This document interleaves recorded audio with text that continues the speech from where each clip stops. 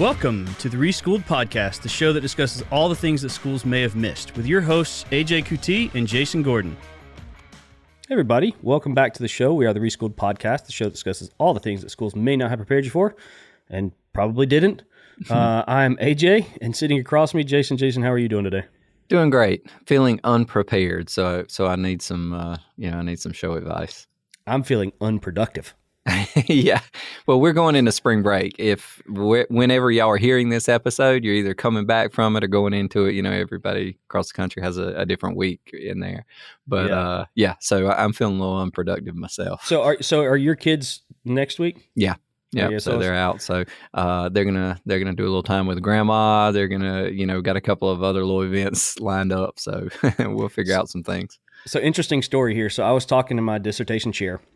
We meet every so often about my dissertation coming up. Uh-huh. And I'd spent pretty much from kind of right at the start of the semester, not specifically at the start of the semester, but, a few weeks in. So maybe let's just say the beginning of February.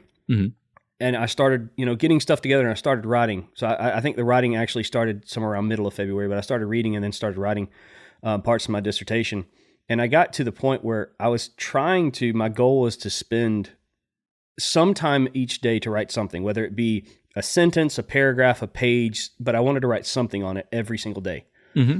And at the very beginning, it's a sprint because you have all this information and you're putting it down on a sheet of paper. And I think I got like almost 16, I think I got 16 pages written. And I'm like, oh, this is going great. And then like the last 3 weeks, it has grown to a snail's pace.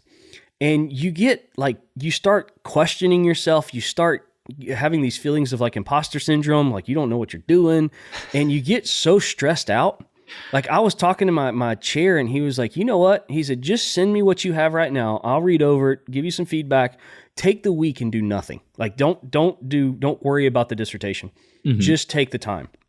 And of course, I also have other classes that I have to do work in. So I just stopped working on my dissertation for this week and focused on trying to get everything I could in all my other classes for the next 4 weeks done so that I can just spend my focus on my dissertation when time comes. Uh-huh. But I was like, I've been so oriented to this dissertation and have gotten so kind of stressed out about it that last week I was like, okay, I need to change the scenery. Mm-hmm. And I told my wife, I was like, because we didn't have anything planned for the kids' spring break. They were just going to stay home. Uh-huh. I'm like, we're going to the beach. Let's go. That-a-boy. I'm going to take my computer because I'll still have to work on my dissertation that week. But mm-hmm. I said, I'm going to take my computer. She's going to take her work. She's obviously going to take some days off, but she's going to take her work and do some stuff there. But I have to get out. I have to change the scenery and have to get it. And man, I can't wait for that time just to be able to relax a little. Oh yeah. Well, I mean, you need it. You're working a job, you're going to school, everything. I mean, that's kind of the same advice we give to our students here, right? You got to pace yourself. You got to do things when you can, but also you need some time to relax and regroup and reorganize and come back and do it again, Yeah. So, well, what do you want to talk about today? Well, today's going to be an interesting show. It probably is going to be a quicker show than normal, but we got a listener question. Okay. And we got a whole show. So I'll leave the topic for a few when we read the listener's question. But yeah, I'm excited about it. I think it's going to be an interesting one, especially from our perspective. Mm-hmm. So before we jump in though, not to interrupt you, sorry, but I got to remind everybody, hit us up on the website. We love these questions. It gives us something to talk about. So again, you're going to find us at reschool'd.com, reschool with a D, not an ED. Check us out on the social media handles. And of course, still keep sharing, loving, liking, starring, whatever you call it, on the different podcasting apps, and share it with other people. So, we can continue growing our audience because we love hearing from you. And yeah, that's going to shape the show in the future. You are. So yeah. Awesome. Well, let's get into our listener question. So this will be our quick question and we'll just kind of go into it like we normally do. Okay. So it says, hey guys, I'm Jeremy. I'm currently a freshman in college and I have a question for you both. Since you both teach business, I'm curious of what your opinion is on this. Why do you think business majors are so popular? Or I guess you would say, why is the business major? So if you're going to major in business, because I think it is the most popular college major, isn't it? I think so. I'll vet that. Okay. Go ahead and kind of give kind of the overview, really. Well, business schools normally are, at least in most schools that offer a business degree. Okay, business degree is by and large the one of the biggest majors, and the reason is because everything's business, right? I like to tell my students that regardless if you're a business major, minor, whatever, or this is just a prerequisite, course that you're taking, business is about delivering value. Okay, deliver value, receive back the amount and type of value you're looking for. Now, with that simple principle, everything else kind of springs from there. Everything you learn about in business, whether it's accounting, it's how you keep track of everything that's going on. Financing, that's where you get the money and the funding for any type of undertaking project. Marketing, that's how you make people aware of the value proposition you're offering. Understanding your customer market so you can develop new products that meet their needs, that type of thing. Sales, that's closing the deal. So you name it, right? Every area of business just is part of that delivery and receipt back. Well, every other major in college really is focused in some way, shape, or form on either personal development, right? You're studying whatever, philosophy, and so it's just enlightenment, or is it a value creator, right? You're someone who delivers value. If you're studying to be a doctor, if you're studying to be you name it, a writer, a filmmaker, I don't care, right? It spans the gamut. You are going to do something of value to somebody and deliver it, and in return receive back the amount and type of value. If you don't want to deliver it yourself, you will go into an organization that can somehow use your services in the delivery of some value proposition, right? Whether it's a good that they sell, a service that they deliver, information that they provide, whatever that value proposition is. So everything really does come back to business. And that's why, right? Okay.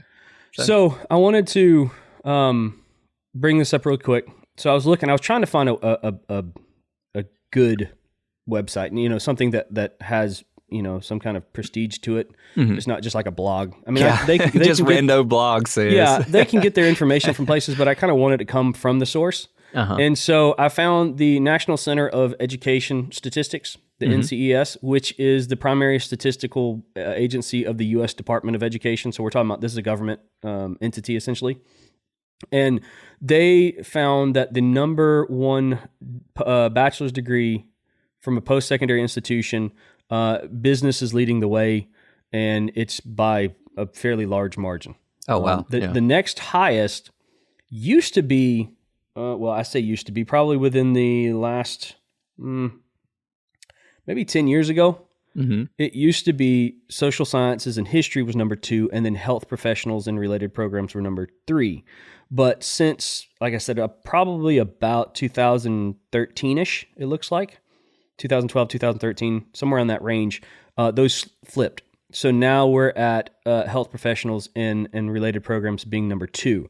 But business is pretty consistent up until 2020. This is when this data was used. It has stayed at it right just over, or I'll just say in between, somewhere between 350 to 400,000 degrees per year. Okay.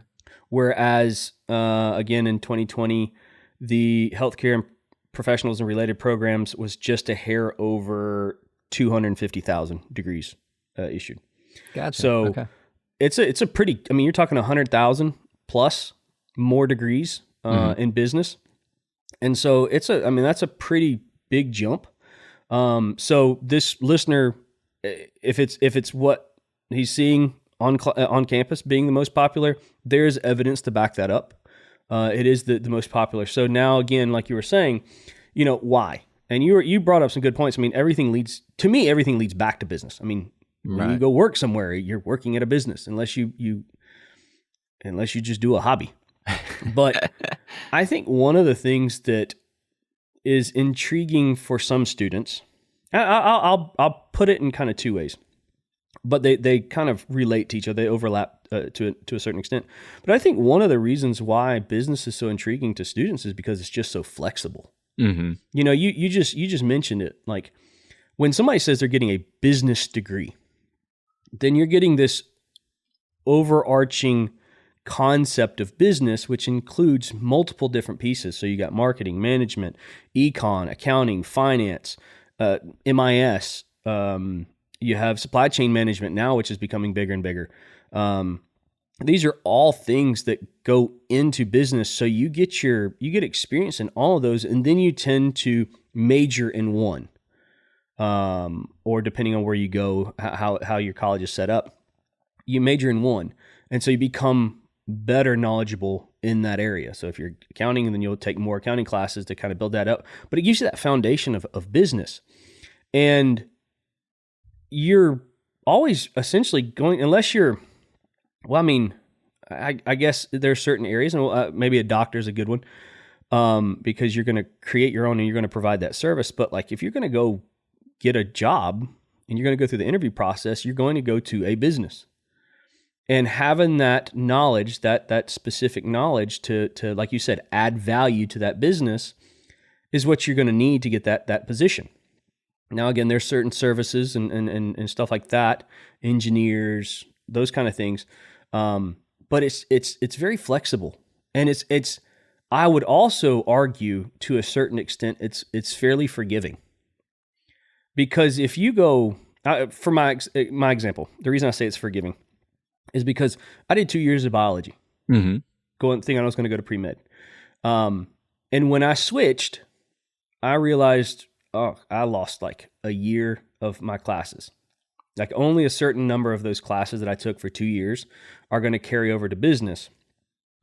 And I lost those classes. I was going to have to take some different ones in business.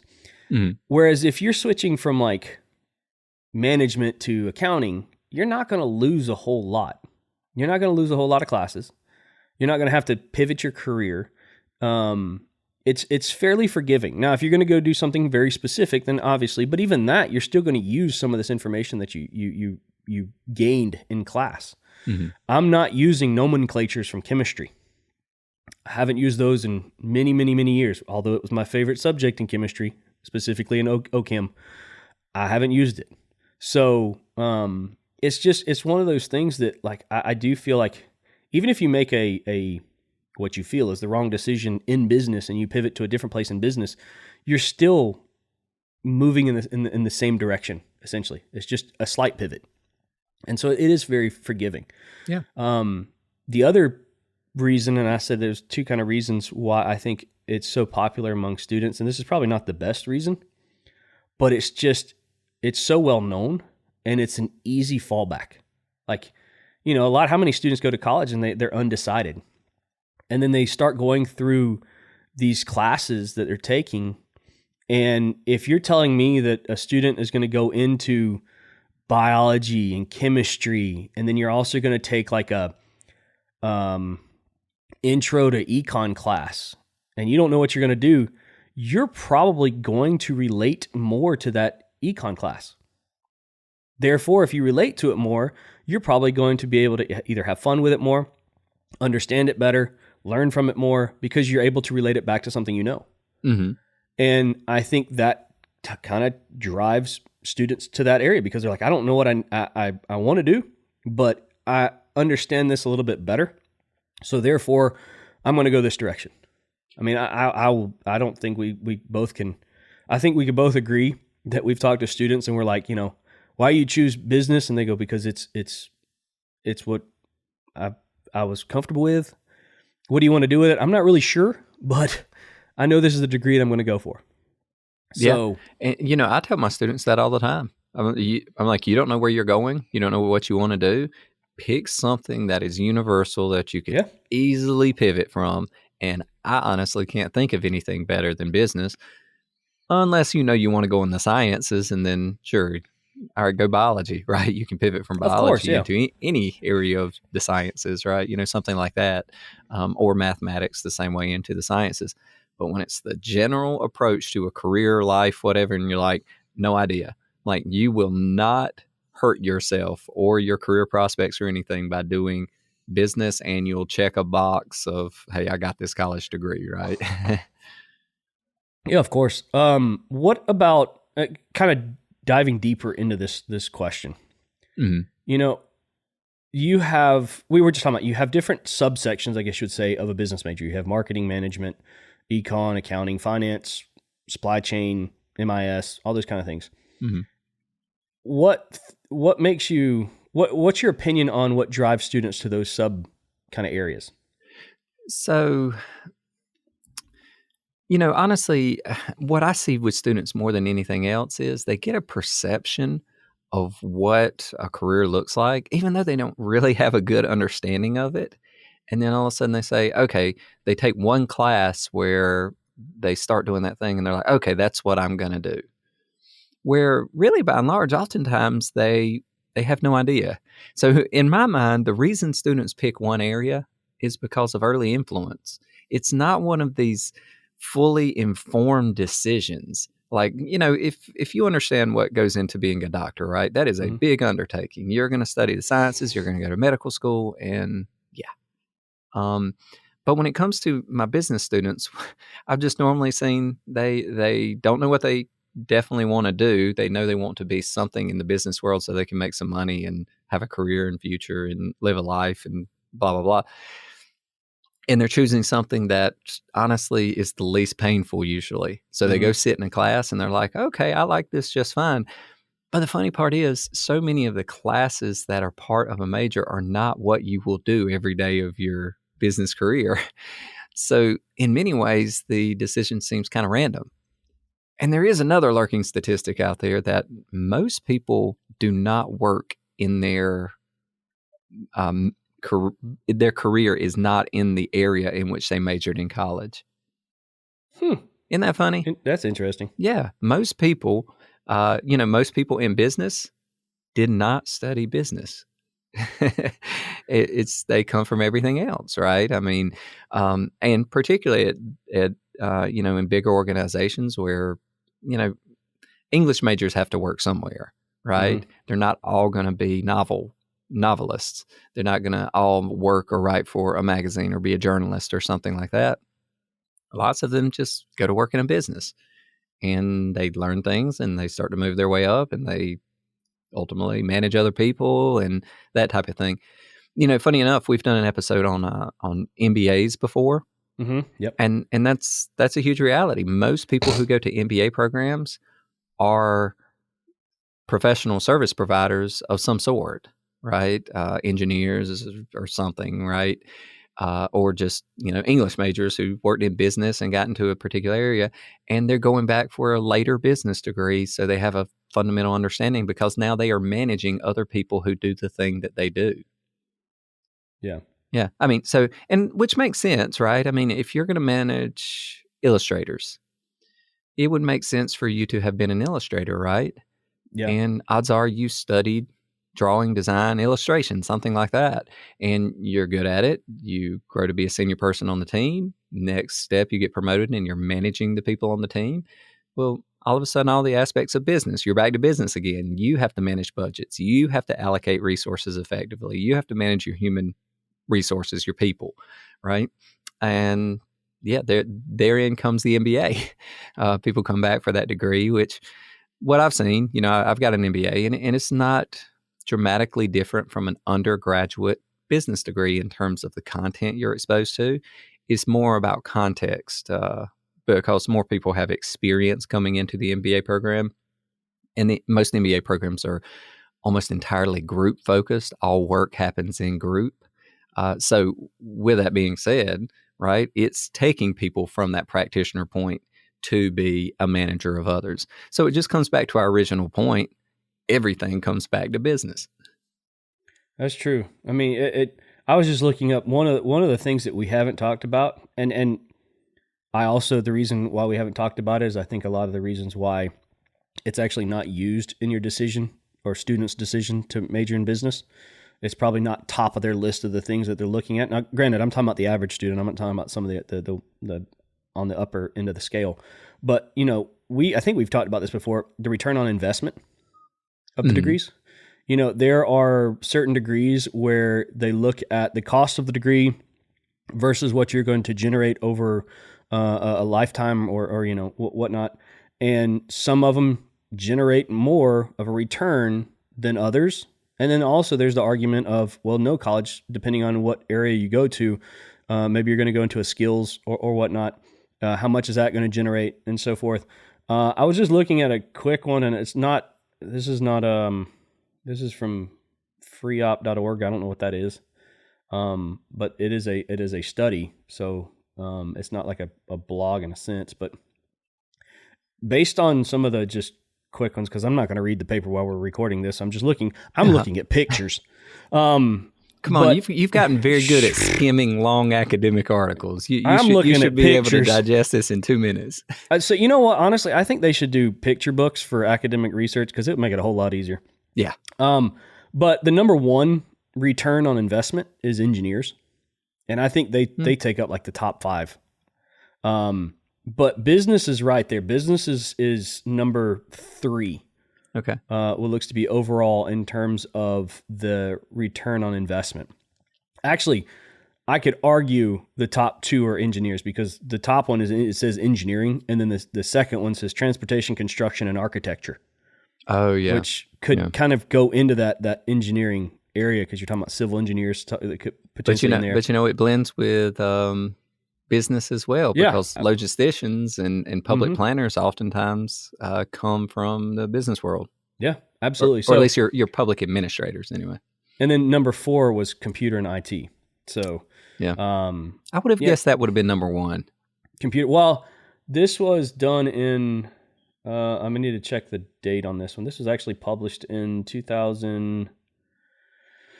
Where was it? 2021. So it is fairly recent. Mm-hmm. Yeah. Well, but there is no doubt the technology field, huge return on investment, a lot of job security there because there's so much demand for technical skills in that area. Yeah, I'm actually. I would say most people in business are generalists, right? Because you can attest to this. You don't necessarily come out of school, undergraduate, studying. Probably the most technical fields are accounting and finance. Mm-hmm. You don't come out ready to practice. No, right? You come out with all the core knowledge bases, but then there's the application portion, right? You really got to dig into whatever you're going to specialize in and just work with it for a while. Usually, you learn that through doing, right? Mm-hmm. So yeah, especially if you have to get those certifications too. You know, like CPA is the certification for accounting. Mm-hmm. I don't think you have one for like that for management. No, and there are some management certifications that, like human resources management and stuff like that. And like things related to logistics and shipping and supply and stuff like that. So there are all those certifications, but they're more good to haves. Yeah. There's not one that rules the entire area. No, I mean, the like fact CPA that we can't come up with a single one that stands out tells you that story. Yeah. In finance, you had the CFA if That's you're going to do thinking. analysis, Yep. Or if you're going to plan people's retirements, a CFP, right? If you're going to do public accounting, but the one that stands out is the CPA. That's the one everyone knows, right? And I think that goes back to your point about the technicality side. Like you're not going to get that in just getting your bachelor's. You're not going to get the full gambit of it. You're going to build this foundation. You're going to get bits and pieces of it. But that's a lot of times the reason why these certifications, these like I said, the ones that rule the area that you're studying, require you to do some kind of upper level classes. So many hours past what it is to graduate just with your undergrad, and that's why a lot of times you see accountants now who are going for their CPA, they just follow along and go right into their MAC because if you're gonna have to take 5 more classes in order to be able to get your CPA. You might as well get a master's out of it because it's only 5 more classes. Yeah. Yeah. I mean, for bang on your buck, you're like, don't throw that money away on a 5th year of college. Go to 2 more years and get that graduate degree because, the pay bump comes along with that. So. Well, that's the beauty of accounting is a MAC is only 1 year. Well, at least for some universities, obviously. I guess it depends on how quickly you get after it, right? Yeah. Well, 10 classes. So you can do 5 and 5 or 5, 4 and 1 in the summer. But yeah, I mean, it's a good, I bring it back home, which is again, the question was, why do we think the business major why they're so popular among students. It goes back to the flexibility, like the amount of things that you can do, or at least gives you the stepping stone to be able to do. So it goes back to your point about, people working in an area where they didn't get their degree. Mm-hmm. You still have that flexibility to kind of go into different areas as well, learn different areas. And I think it's so beneficial for students. And we're not doing this to sell anybody on a business major. Like, yes, we both teach business. Jason, you freaking run a website that's called The Business Professor. Yeah. So I am all about business. And we didn't even talk about entrepreneurship. Yeah. And so, it's a good major. It's a good major for those who want to have that flexibility. It's a good major for those who know they want to do something in the area of business, but it's also a good major for students who aren't really sure, that just don't have that idea. We've talked about the whole signaling function of college, right? So if you're going to create opportunities for yourself, so many employers in so many scenarios, they look at the college degree as being some signal that you've been through something. So it's a qualifier, right? So you're qualified for this now because you have a degree, period. Well, if you're just trying to sharpen that a little bit more and say, hey, I want to say that I have some level of relevant experience in a given field, well, if you know what you're going to do, you would study that thing. But if you're just going to say generally, I can add value to the organization because of what I've been exposed to, because, business is everywhere. It's ubiquitous, as they say, right? Then if you say, hey, I have a business major, well, again, you're saying I at least have some exposure that directly translates and can add value in almost any scenario, right? Because everything comes back to business. And so, it's just, in my mind, it is the best generalist degree that has a strong signaling function to give you the widest berth of opportunities, right? To signal that you have some value to add. Now, can you do business from anywhere? Sure, you can major in English and be a business person. And might you be the smartest person in the room and be able to add more value than any business major in the room? But that, as a English major, sure, that is quite possible as well. I do not doubt that for one second. But it is a harder sell. It doesn't signal the same way to whoever's hiring you or whatever that I got an English degree, I can definitely add value in this organization the way that a business degree does. Can you be a Spanish major and still do business? I would say you can be anything and still do that. Or legal. Can you be in law and do business? Yeah, you can. Asking for a friend. You can do anything and do business, but sometimes it's a hard sell. And people see my background and they're like, oh, you have a business degree. You've actually got a couple of business. You got a business degree, you got a law degree, and you got a legal Spanish a business law degree, right? You got three graduate degrees, and then you got a Spanish undergraduate, right? Yeah.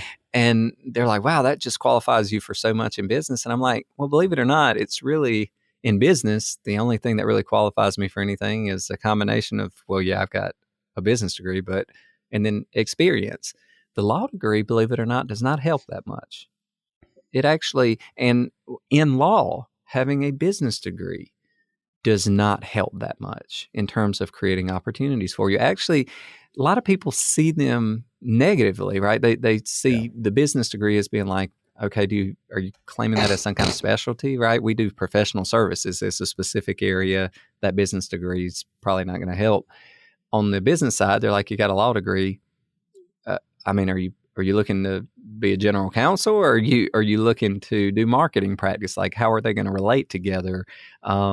Type scenario. And a lot of people look at it as, well, sometimes, are you thinking you're going to get a higher salary than someone we're hiring with just a business degree for the same job? And they're like, we don't want to pay more for something that's irrelevant. Yeah. Right. So I just happen to have, go down the legal track, and then I happen to have a passion for business. Right. So I kind of pivoted very hard.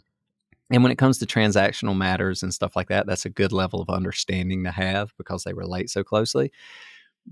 But I wouldn't recommend what I did as being the track to create opportunities in the corporate environment if that's your objective.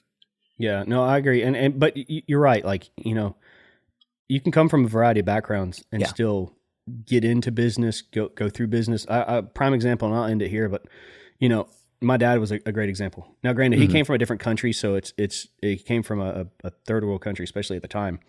And he got his master's in business administration. He got his PhD in economics. He got both of those from Michigan State University here in the U.S. He got his postdoctorate in finance, I believe, from the University of Florida. So he's he's gone all the way through. He's very well-rounded in business. His undergrad, animal husbandry. There you go, right? Yeah. A technical field. Birthing cows. So, but again, over in the country he came from, that's kind of a bigger one because, sure. Livestock, that kind of stuff is big. So, and businesses over there are so family oriented, right? Yeah. It's not like you're going to be hired in to be a senior professional service provider in a business. It's all about what family member is coming up, right? Exactly. And can they learn to do that thing? So it's better to learn technical skills. Yeah. Well, I hope we answered your question, Jeremy. This has been a fun one because we love talking about business. Oh yeah, that's our thing. That's our jam. Yeah. We may not, if you ask the same thing about medical school, we may not know as much about it. Yeah, so no, I'm glad you threw that one at us. That'd be a rough one. Well, you got anything to say before we head out? Just, hey, hit us up on our website. Send us that message about what you want to hear about, and we will address it because that's what we're here for. We're here for you. Awesome. Well, we hope you enjoyed the show. We hope to see you next time. Until then, goodbye. Take care. Thanks for listening to the Reschool'd podcast. Be sure to head over to reschool'd.com for news and other information on things we're getting into.